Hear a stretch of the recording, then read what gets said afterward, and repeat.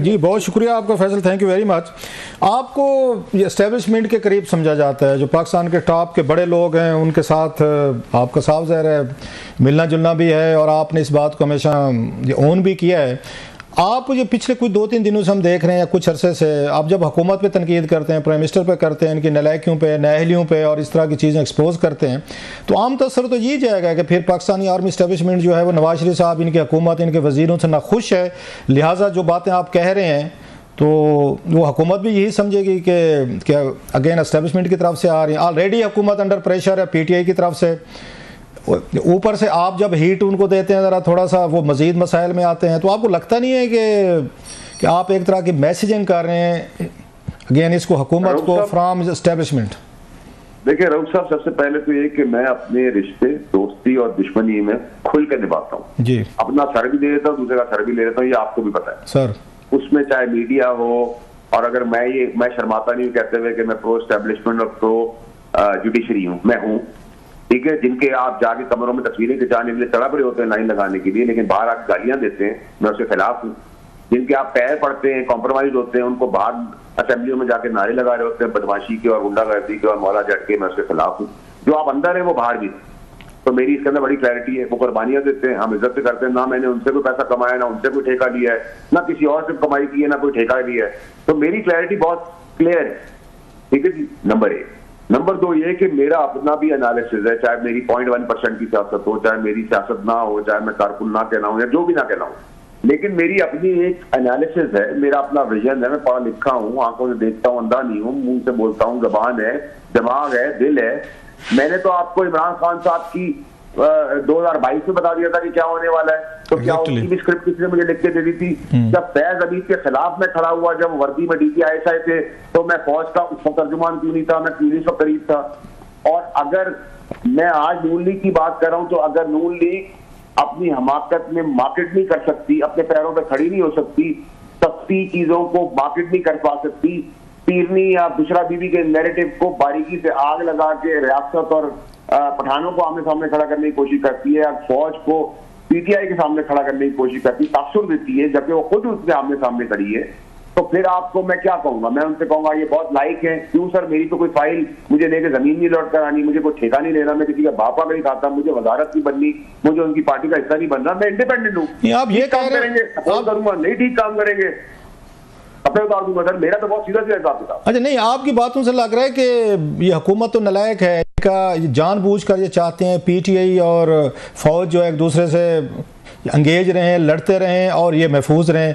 आपकी बातों से तो ये तस्वर लग रहा है कि उन दोनों को लड़ा के खुश है। आपको मैं तासुर नहीं, हकीकत है। राइट, ये बिल्कुल ठीक बात कर रहे हैं आप। इनको तब तक सूट करता है जब तक ये तासुर पैदा करते रहेंगे, दोनों आमने-सामने लड़ रहे हैं, तभी तक इनकी पॉलिटिक्स चलेगी। वरना आपको लगता है कि एक्सपायर्ड जनाजे जो हम पॉलिटिकल पार्टियों में लेके चल रहे हैं सारा साल, इन्होंने कोई पाकिस्तान को दिया है? आज महंगाई कम हो गई है, डॉलर नीचे आ गया है, पेट्रोल नीचे है, स्मगलिंग कटेल है, इंटरेस्ट रेट नीचे आ गया, इन्वेस्टमेंट आ रही है, करंट अकाउंट डेफिसिट बढ़ रहा है, स्टॉक एक्सचेंज बढ़ रही है, ये दहशतगर्दी खत्म हो रही है, बॉर्डर पे जाने दे रहे, वो सब मेरा बाप कर रहा है, या ये जमहूरी हुकूमतें कर रही है, या इससे पहले वालों ने किया था, या इनकी शक्लों पे पैसा आ रहा है, इनकी गारंटी है, या इनसे पहले वालों की है, SIF की है, फौज है। आप आर्मी चीफ को चेहरा बेच रहे हैं, आप उस इदारे को चेहरा बेच रहे हैं जबकि मुल्क पाकिस्तान में पैसा आ रहा है, वरना कौन लगाने को तैयार है? मैं खुद पे बाहर का पैसा बेच के ला रहा हूँ, मुल्क के अंदर किसके जेब पे ला रहा है? तो इसी के मुंह पे ला रहा हूँ।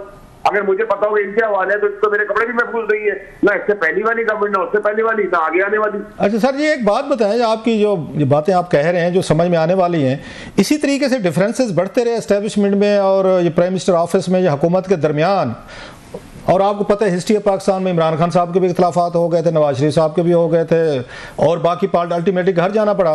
तो फिर क्या एस्टेब्लिशमेंट के पास ये प्लान B होगा कि ये हुकूमत तो अगर अनपॉपुलर है ऑलरेडी है, इसकी क्रेडिबिलिटी के मसाइल हैं, ये उनका नैरेटिव नहीं सेल कर पा रहे, ये डिफेंड नहीं कर पा रहे और फौज के लिए आके मजीद मुश्किलात पैदा कर रहे हैं, तो क्या करेगी फिर फौज? इनको हटा कर उनके पास क्या ऑप्शन है फिर? सर एक बात का जवाब आप और साथ जो आपके हमारी दूसरी एंकर है जी रबिया जो है रबिया साहिबा बता दें जी जी कि अगर वजीर आके ये बयान देगा कि भाई नमाज पढ़ने की जगह कंटेनर नहीं है इसलिए हमने फेंक दिया और वो मरा नहीं है, तो मैं उसको हार पहनाऊं?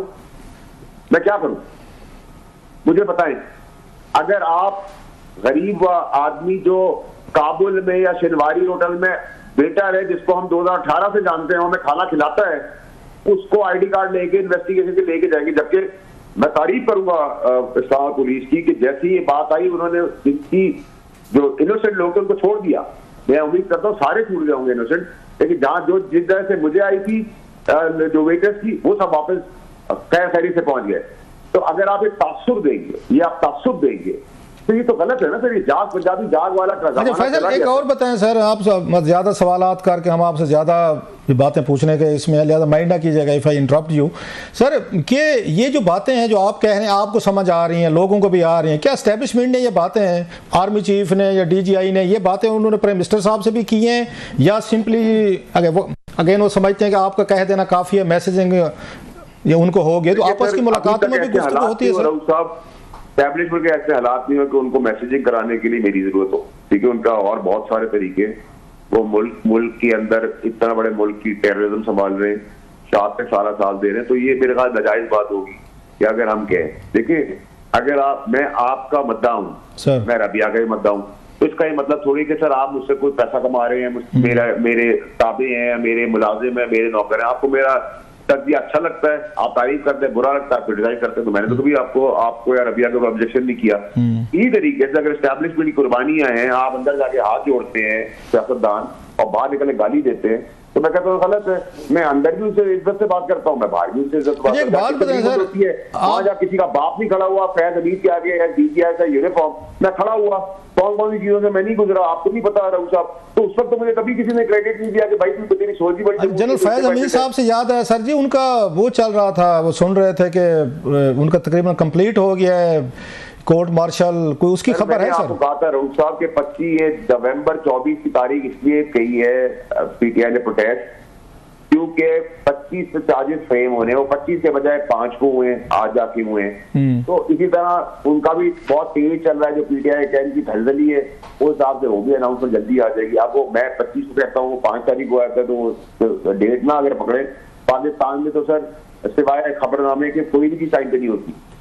तो अच्छा, उस हिसाब से अगर आप चलें तो वो चीजें बिल्कुल। तो खान साहब पे कोई मिलिट्री ट्रायल आप खान साहब पे मिलिट्री ट्रायल होते देख रहे हैं इन कनेक्शन विद ये जनरल फैज साहब के? क्योंकि बहुत सारी बातें होती रहती हैं, वहाँ UK ने भी कहा जनाब कि शायद मिलिट्री ट्रायल ना होगा। आपकी क्या रीडिंग है? आज उन्होंने 9 मई पे तो उन्होंने वो लगा दिया, पहले कहते 9 मई भी नहीं करें, उन पर नहीं लगाएंगे, आज वो भी लगा दिए। तो मिलिट्री ट्रायल की क्या आपके पास खबरें हैं सर? कभी भी मैं आपको कभी ये नहीं कहूंगा कि ये पॉसिबिलिटी तो इसकी है।